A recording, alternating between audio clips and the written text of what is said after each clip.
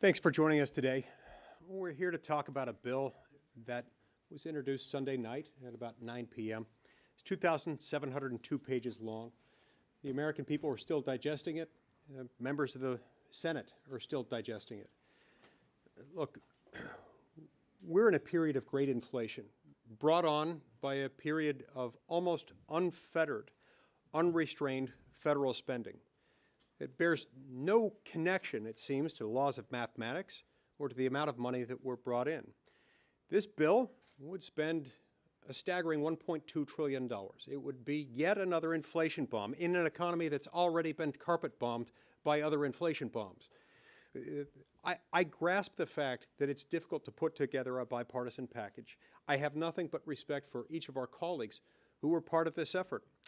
I also am willing to acknowledge that the bill does a lot of good things and would help a lot of deserving beneficiaries. There are a lot of people who would benefit in a lot of ways from it. But there is a huge problem with it. It is not paid for. The reason that we know that that's a problem, that it's not paid for, is that the one consistent refrain that you hear from its sponsors, other than the fact that it's bipartisan, which we know and which we respect, is the fact that it's paid for. They'll say over and over again that this bill is paid for, but when you look at the pay-fors, they don't add up. When you have pay-fors that don't actually pay, you're just going to add to the debt and deficit, and this isn't a good time to be doing that. And so you peel back some of these, and you see that it repurposes COVID money, but it repurposes COVID money that wasn't going to be spent in the first place. You can't propose one day to cover the moon in yogurt and propose the next day to not cover the moon in yogurt and regard that as a pay-for when you didn't spend the money that was going to be required to cover the moon in yogurt. You also don't have as a legitimate pay-for a plan at some point in the next 7 years to sell oil out of the Strategic Petroleum Reserve. Look, we don't know when that sale will actually occur, if in fact it ever will occur. Nor do we know what the price of oil will be at the time. Nor do we know what other strategic considerations might come into play with regard to our usage of oil at the time. It's why we have a Strategic Petroleum Reserve in the first place, is to take care of contingencies that are very difficult to predict 7 years out. We've also got a reporting requirement for cryptocurrency that's vague, it's infeasible, and that's quite half-baked. We've got pension smoothing that is the budget gimmick of all budget gimmicks. We've got future spectrum auctions and some past spectrum auctions that they're trying to take credit for to suggest that that can somehow be used to fund this bill. And we've got a few things that are really scary to a lot of people, including a pilot program that would involve measuring the number of passenger miles driven by passenger vehicles. There are a whole lot of reasons why people are concerned about this. The nature of a pilot program, it's like a pilot light. You're piloting something because you're spearheading something. People are very upset. They're concerned about the idea of the government tracking where Americans are driving, how much they're driving, and the verification procedures that would be involved in that.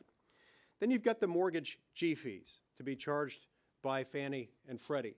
Look, this is important in many parts of the country. I know it's certainly important in Utah as housing, health care, as groceries and gasoline and everything in between is getting more expensive. But let's take housing in particular. People throughout Utah, especially along the Wasatch Front, are finding it increasingly difficult to get into a home. First-time home buyers are having an especially difficult time. To increase fees that were developed at a time when we had the opposite problem, when there was deflation in the housing market. To adopt those fees now, not to make Fannie and Freddie more solvent, not to make these home loans more sustainable, but rather to pay for a spending bill, it doesn't seem to make a whole lot of sense. In fact, it seems to be taking money from the wrong people in order to spend more money through the federal government. Look, people are going to have different views on this, and I understand and respect their right to disagree. But the fact that something is bipartisan doesn't mean that it makes sense for the American people. It doesn't mean that it won't be harming poor and middle-class Americans in order to give more money to an already bloated federal government, and I've got grave concerns with it. We're going to hear now from Senator Scott, and then from Senator Johnson, and then from Senator Hawley. Thank you, Senator Lee. First off, I think all of us would agree we would support infrastructure. I did. I was governor of Florida for 8 years. We actually spent $85 billion on infrastructure. $85 billion. on roads, bridges, airports, and seaports. Now, we did it responsibly. At the same time that we spent $85 billion, we paid off of third estate debt. We paid off, I think, about $10.5 billion of debt. At the same time, we cut taxes and fees 100 times. The way we did it is the way we should be doing government. You grow your economy, and then your revenues increase. And then you have money to spend on infrastructure, on our environment, or whatever you would like to spend it on that the American people want. But it has to be paid for. So one thing that I've been concerned about is there's no CBO score. Hopefully we're going to get a CBO score before we vote on this, but we haven't seen a CBO score. We put together this chart from information that we received from the individuals that are supporting this.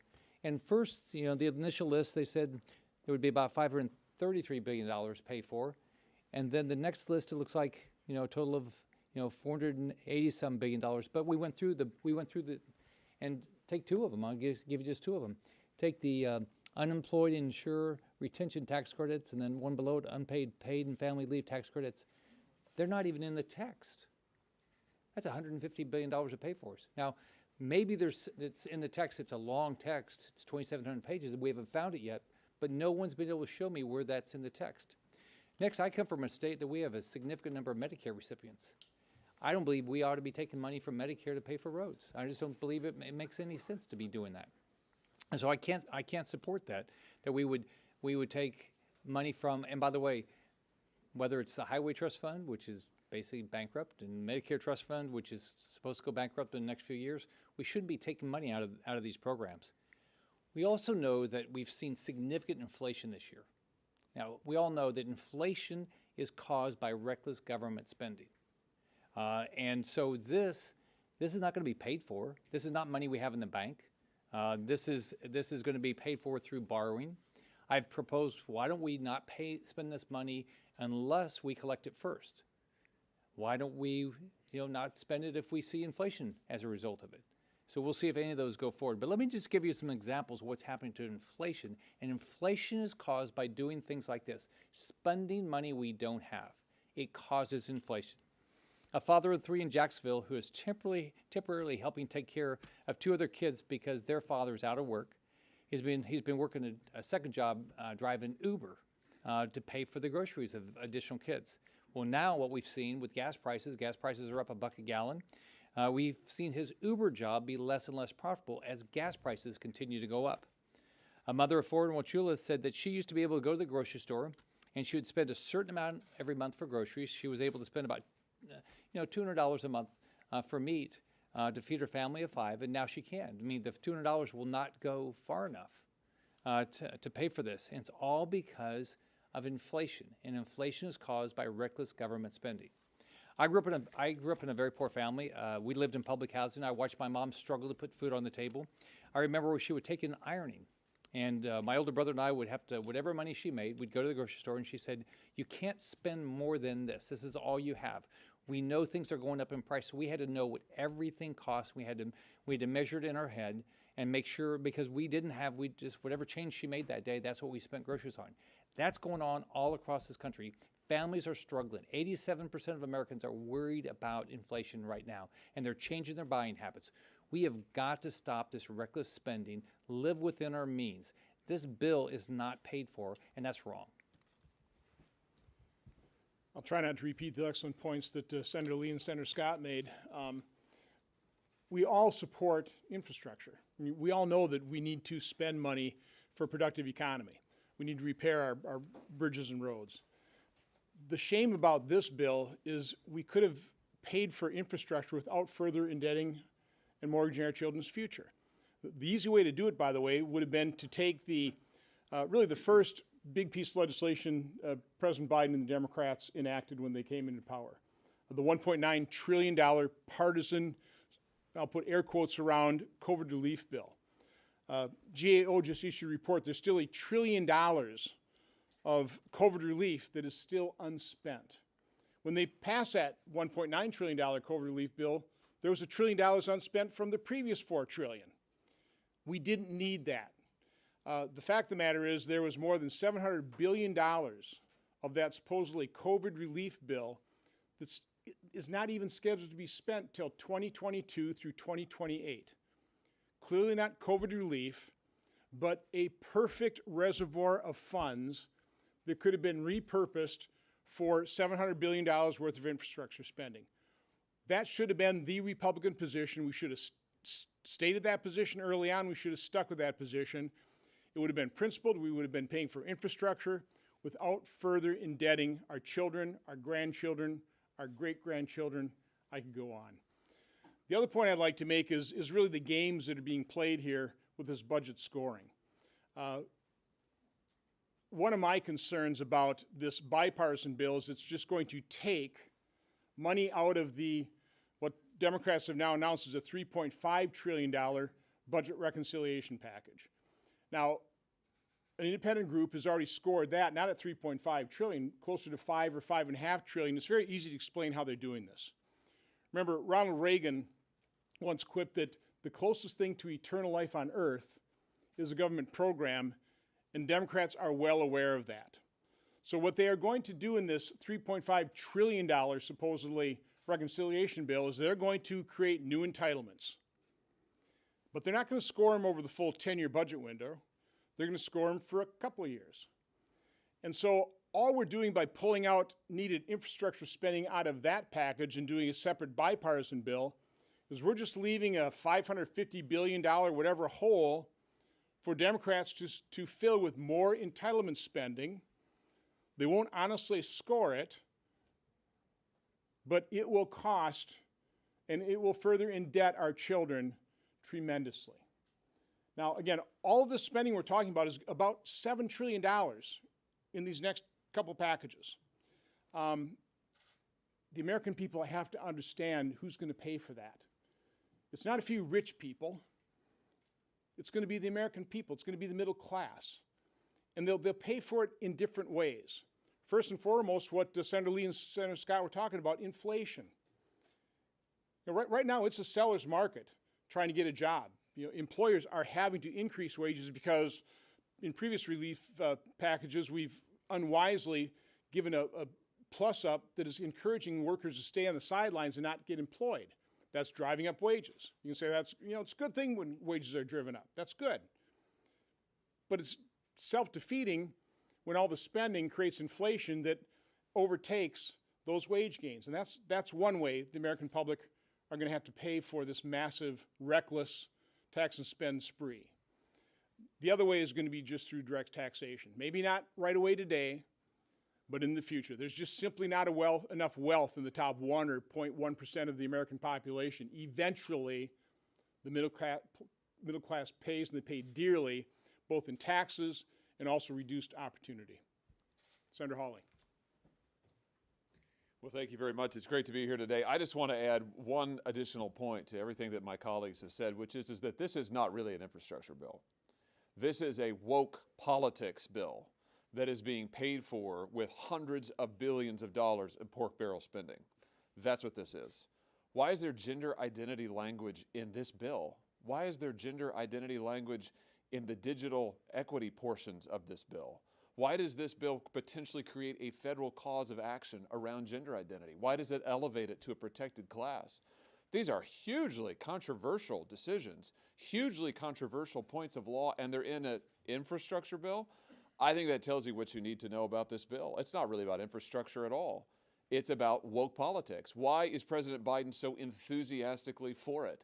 Because it advances his far-left agenda. The Green New Deal, elements of it across this bill. The climate change agenda, it's stuffed into this bill. Quotas for this, that, and the other in this bill. So this is a bill that is about the woke political agenda of the left. It is being paid for with this massive pork barrel spending. And I just hope Republicans will open their eyes to what's actually in the bill. You know, when you get a bill this late in the process that's 2,700 plus pages long, sometimes it's tempting not to actually look and see what's in the bill.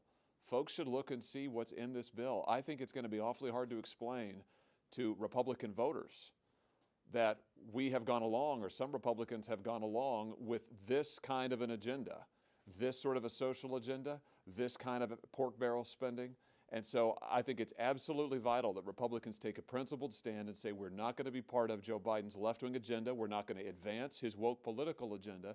We're going to stand up for the principles that we share and believe in as Americans. We're going to stand up for some basic fiscal responsibility. And for those reasons, we're going to vote no on this bill. Thanks for having me. Any questions? Yes, sir. Going back to the more fiscal aspect of the bill here, two of you were here during the Trump tax cuts, and that wasn't paid for. How is this different? We have never, there have been debates back and forth about whether, to what extent, in what circumstances, dynamic scoring is acceptable. There are a lot of people who see legitimately that a tax code adjustment is different than a spending package, where you're talking about how much money people make that they get to keep, and you can consider dynamic scoring in that. We also have a long history of seeing that some tax policy changes. There are many instances in which you can increase a tax rate and receive less revenue, decrease a tax rate and receive more revenue. We have never, to my knowledge, scored an infrastructure bill like this, scored spending bills like this. The CBO has never scored a bill like this. And so I don't think that is a model that we have built, and I also don't think it's a reliable revenue source. Anybody want to add to that? As soon as I was here, the CBO would not put a dynamic score on the tax measure that made American tax system more competitive. I would argue it worked. Had it not been for the COVID recession, I really think by this point in time, because we had such a strong economy, for two reasons. We stopped adding to the regulatory burden, actually reduced it, which gave businesses a chance to just pause and concentrate on better products, better services, and better jobs for their employees. So that combination of lower regulatory burden, a more certain regulatory scenario, plus a more competitive tax system, we had just a record economy, record levels of low unemployment. Had it not been for this COVID recession, that tax plan would have been completely paid for. CBOs just would never score it. It's kind of bizarre that all of a sudden now they're arguing dynamic scoring on a spending package. Now again, I'll definitely say that spending money on infrastructure is a needed good, but again, as I pointed out, we didn't have to do it with deficit spending. I just answer that for a question on the taxes. I cut taxes and fees 100 times. At the same time, I cut about 5,000 regulations. And what you saw in Florida is businesses flocked to our state. We added 1.7 million jobs in 8 years. So cutting taxes, reducing regulations, speeding up this permitting process dramatically change your economy, and you ultimately get more revenues that you can spend on infrastructure, on environment, whatever you want to spend it on. Senators, a number of your Republican colleagues said that this needed to be credibly paid for. It looks like from your presentation you don't think this is credibly paid for. Yet some of those same Republicans are saying that they're going to go, or indicating they're going to go ahead and vote for this. What happened here? How did we get here? Do you think? Well, I think people like infrastructure. I think it's real simple. People like infrastructure, and if you do a poll and ask people, they like infrastructure. I do. Spend $85 billion on roads, bridges, airports, and seaports, and so I think people would like to do that. But I personally believe you have to live within your means, and you have to pay for things. When you're close to $30 trillion worth of debt, you cannot continue to increase your debt. So, I mean, some people, I think, and I respect what everybody's position. I come from a position that I see that, reducing taxes, reducing regulations, streamline the permitting process, spend money when you collect it, it works. I think people sometimes get into that. I think they were sincere in saying that we should pay for it. They were sincere in that because they recognize the need to do it. They recognize that the debt and the rising deficits and the mounting debt that we've accumulated is not just a future problem. It's a present problem. We're seeing inflation, the likes of which we haven't seen in decades. And I strongly predict that by the time the latest inflation numbers come out, just a week or two from now, we're going to see that it's even worse than we've predicted so far. So I think that's why they were so committed to the idea of paying for it. They genuinely understood that, and their commitment to it was sincere. Look, we've all been there. When you get involved in drafting legislation and you're working with people from your own party and from the other party, you've got a great bipartisan coalition. It's easy to get so wrapped up in it and so wrapped up with the things that you see in the bill that are good. And there are lots of good things in this bill that will help a lot of good people that are well-deserving. Sometimes when you get so wrapped up in that, it's easy to lose sight of the fact that the pay-fors are fake. Look, if we weren't going to provide real pay-fors, then we should have just seen from them an admission from the outset, we're not going to pay for it. Instead, they said it's going to be paid for. And then they released it and said it is paid for. Only there are some asterisks next to that, some footnotes that reveal that according to a lot of research that's been done on it, as much as half of the pay-fors are just fake.